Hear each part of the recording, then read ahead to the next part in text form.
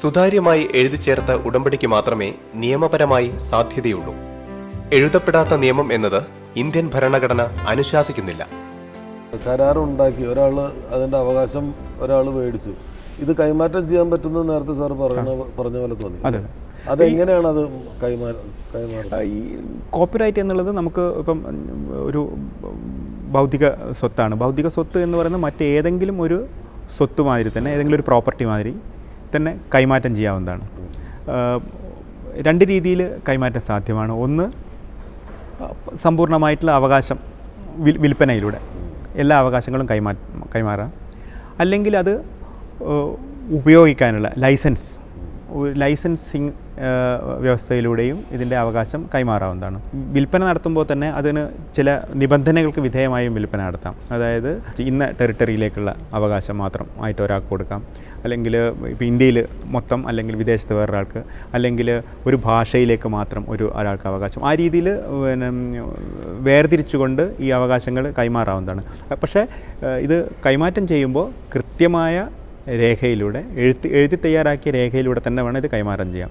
എഴുതി തയ്യാറാക്കി അതിലെ വ്യവസ്ഥകളും അതിൻ്റെ പ്രതിഫല സംഖ്യയും അതിൻ്റെ എല്ലാ വ്യവസ്ഥകളും ഈ രേഖയിൽ, ഈ അഗ്രിമെൻറ്റിൽ ഉൾപ്പെടുത്തിക്കൊണ്ട് വേണം ഈ രീതിയിലുള്ള കൈമാറ്റം നടത്താം. അല്ലെങ്കിൽ ഈ കൈമാറ്റം നടത്തിയതിന് നിയമപരമായ സാധുത ഉണ്ടാവില്ല. അതുപോലെ ലൈസൻസിങ്ങും, ഇപ്പോൾ ഒരു കലാസൃഷ്ടി ഉപയോഗിക്കാനുള്ള ഇത്ര വർഷത്തേക്ക് ഉപയോഗിക്കാൻ, അത് ഉപയോഗിച്ചുകൊണ്ട് ഇപ്പം സംപ്രേഷണം, ഇപ്പം TV സംപ്രേഷണത്തിന് ഇത്ര വർഷത്തേക്ക് ഉപയോഗിക്കാനുള്ള അവകാശം ആ രീതിയിൽ കൊടുക്കാം. ലൈസൻസിങ് ആയിട്ടും അസൈൻമെൻ്റ് ആയിട്ടും രണ്ട് രീതിയിൽ ഇത് കോപ്പിറൈറ്റ് കൈമാറ്റം ചെയ്യാവുന്നതാണ്. ഇപ്പോൾ മ്യൂസിക്കിൻ്റെ കാര്യത്തിലാണെങ്കിൽ ഇപ്പോൾ റിംഗ് ടോൺസ് ആണ് മെയിൻ വരുമാന മാർഗ്ഗം. പണ്ട് CD മാത്രമേ, റെക്കോർഡ് പ്ലേറ്റ്സ് ഉണ്ടായിരുന്നു, അത് കഴിഞ്ഞിട്ട് കാസറ്റ്സ് ആയി, പിന്നെ അത് CD ആയി, ഇപ്പോൾ ഈ കോളർ ട്യൂണിൽ നിന്നാണ് മെയിൻ വരുമാനമുള്ളത്. അപ്പോൾ ഇങ്ങനെ പുതിയ ടെക്നോളജിയുടെ വളർച്ച കൊണ്ട് ഉണ്ടാകുന്ന പുതിയ പുതിയ മേഖലകളുണ്ട്. അപ്പോൾ ആദ്യം ഒരു എഗ്രിമെൻ്റ് ഉണ്ടാക്കുകയും, എഗ്രിമെൻ്റ് ഇല്ലെങ്കിൽ എല്ലാം ഇതിൻ്റെ ഓതർക്കുള്ളതാണെന്ന് പറയാം. പക്ഷെ ഒരു എഗ്രിമെൻ്റ് ഉണ്ടാവുകയും ആ എഗ്രിമെൻറ്റിൽ ഈ കാര്യങ്ങളൊന്നും ഇല്ലാതിരിക്കുകയും ചെയ്താൽ അതിനെ എങ്ങനെ മറികടക്കാൻ പറ്റും, അല്ലെങ്കിൽ അതിൻ്റെ ഒരു സാധ്യത ഉണ്ടാകും. ഞാൻ ഒരു ഉദാഹരണത്തിലൂടെ അത് പറഞ്ഞാൽ കുറച്ചുകൂടി വ്യക്തമാണെന്ന് തോന്നുന്നു. ഷോലെ നിർമ്മിക്കപ്പെട്ടത് 1970-കളിലാണ്. ആ കാലഘട്ടത്തിൽ അവർ ഈ ഷോലയുടെ സംഗീതം, ഗാനങ്ങൾ, അതിൻ്റെ മ്യൂസിക് റൈറ്റ് മൊത്തമായി ഒരു സംഗീത കമ്പനിക്ക് നൽകുകയുണ്ടായി. അത് കൈമാറി ഇപ്പോൾ യൂണിവേഴ്സൽ എന്ന് പറഞ്ഞ വലിയ മ്യൂസിക് കമ്പനിയുടെ കയ്യിലാണ് അതിൻ്റെ അവകാശം, ഇപ്പോൾ കോപ്പിറൈറ്റ് ഉള്ളത്. യൂണിവേഴ്സൽ എന്ന് പറഞ്ഞ മ്യൂസിക് കമ്പനി അടുത്തിടെ അത് ഷോലയുടെ ഗാനങ്ങളുടെ കോളർ ട്യൂൺ, അല്ലെങ്കിൽ ഇങ്ങനെ ഈ റിംഗ് ടോൺ, കോളർ ട്യൂൺ, ഇതിനുള്ള അവകാശം വോഡഫോൺ എന്ന് പറഞ്ഞ കമ്പനിക്ക് നൽകി. ഇത് വലിയൊരു തുകയ്ക്ക് ഈ അവകാശം നൽകിയപ്പോൾ ഷോലയുടെ ഷോലയുടെ സിനിമാ നിർമ്മാതാക്കൾ, കോപ്പിറൈറ്റ് ഉടമസ്ഥന്മാർ, ഈ ഗാനങ്ങൾ ഇവർക്ക് കൈമാറിയ അവരുടെ ഉടമസ്ഥന്മാർ ഡൽഹി ഹൈക്കോടതിയെ സമീപിച്ചു. അവരുടെ വാദം എന്താണെന്ന് വെച്ചാൽ, ഞങ്ങൾ 1970-കളിൽ ഈ കൈമാറിയത് ഇതിലെ ഈ സിനിമയുടെ ഗാനങ്ങൾ റെക്കോർഡ് ചെയ്ത് അത് വിൽക്കാനുള്ള റൈറ്റ് മാത്രമാണ് കൊടുത്തത്. ആ കാലത്ത് ഇങ്ങനെയൊരു സാധ്യതയെക്കുറിച്ച് ഞങ്ങൾക്ക് കാണാൻ പോലുള്ള, അന്ന് ടെക്നോളജി ഇത്ര വികസിച്ചിട്ടില്ല, ഞങ്ങൾക്കത് ദീർഘദർശനം ചെയ്യാനുള്ള കഴിവുണ്ടായിരുന്നില്ല, ഞങ്ങൾ ചെയ്തിട്ടുണ്ടായിരുന്നില്ല.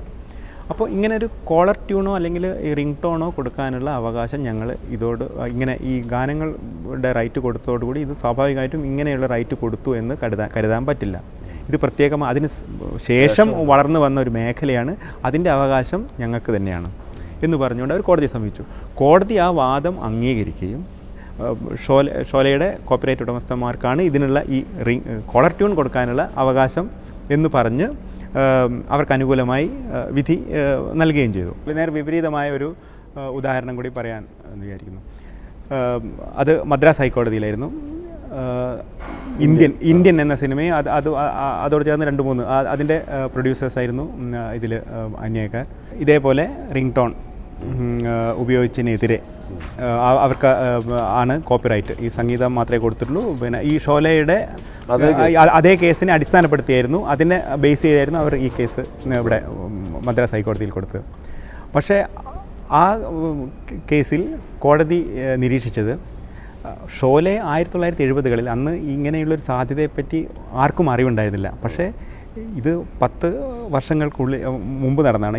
ഈ 10-15 വർഷം മുമ്പ് ഈ സമയത്ത് ഈ ടെക്നോളജിയൊക്കെ വന്നുകൊണ്ടിരിക്കുന്നതും ആയ ഒരു കാലഘട്ടത്തിലാണ് ഇത് വന്നത്.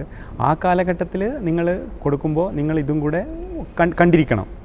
അപ്പോൾ ഷോലയുടെ കോപ്പിറൈറ്റ് ഉടമസ്ഥന്മാർക്ക് കിട്ടിയ ആ സൗജന്യം, ആ അഡ്വാൻറ്റേജ് നിങ്ങൾക്ക് ക്ലെയിം ചെയ്യാൻ പറ്റില്ല എന്ന് പറഞ്ഞുകൊണ്ട് നേരെ വിപരീതമായിട്ടുള്ള ഒരു വിധിയുണ്ടായി. കൈമാറ്റം ചെയ്യുമ്പോൾ ഈ രീതിയിലുള്ള എല്ലാ സാധ്യതകളും മുൻകൂട്ടി കണ്ടുകൊണ്ട് ഇനി ഭാവിയിൽ ഇപ്പോൾ നിലവിലുള്ളതോ ഇനി വരാൻ പോകുന്നതോ ആയ എല്ലാവിധ സാധ്യതകളെയും മുൻകൂട്ടി കണ്ടുകൊണ്ട് അതൊക്കെ ഉൾപ്പെടുത്തിക്കൊണ്ട് വേണം എപ്പോഴും ഒരു എഗ്രിമെൻ്റ് അല്ലെങ്കിൽ കോപ്പിറൈറ്റ് അവകാശം കൈമാറ്റം ചെയ്യാൻ. നമ്മളിപ്പോൾ ചേംബറിൽ എപ്പോഴും പറയുന്നത് പ്രൊഡ്യൂസർ ഈസ് എ ക്രിയേറ്റർ എന്നാണ് ഞങ്ങൾ പറയുന്നത്. Producer is a investor and he is a copyright owner.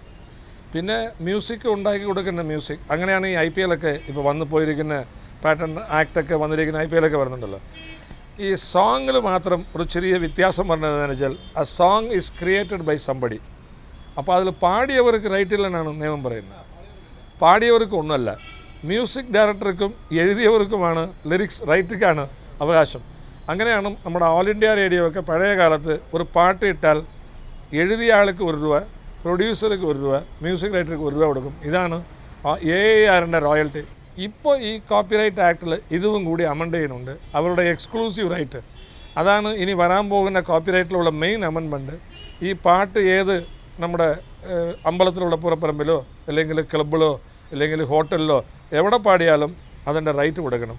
Even നിങ്ങൾ നടത്തുന്ന സ്റ്റേജ് പരിപാടി, കലാപരിപാടി ഉണ്ടല്ലോ, TV സാറ്റലൈറ്റ് ചാനൽസ്, അതിൽ നിങ്ങൾ ചെയ്താലും you have to pay the copyright to them, to the writer, to the promoter, to the producer. അത് producer പാടില്ലെന്ന് government പറയുന്നു, ഞങ്ങൾ പ്രൊഡ്യൂസറും കൂടി വേണമെന്ന് പറയുന്നു. ഇതിനകത്ത് വേറെ ഒരു തർക്കം പറയുന്നത് ഇത് എല്ലാത്തിനെയും കൂടി മ്യൂസിക് ഇന്ത്യ മേടിക്കുന്നുണ്ട്, ഈ കാസറ്റ് കമ്പനിക്കാർ അവർക്കാണെന്ന് പറയുന്നുണ്ട്. ഈ തർക്കത്തിൽ ഇതുവരെ അത് കോപ്പിറൈറ്റ് ആകാതെ ഇരിക്കുക.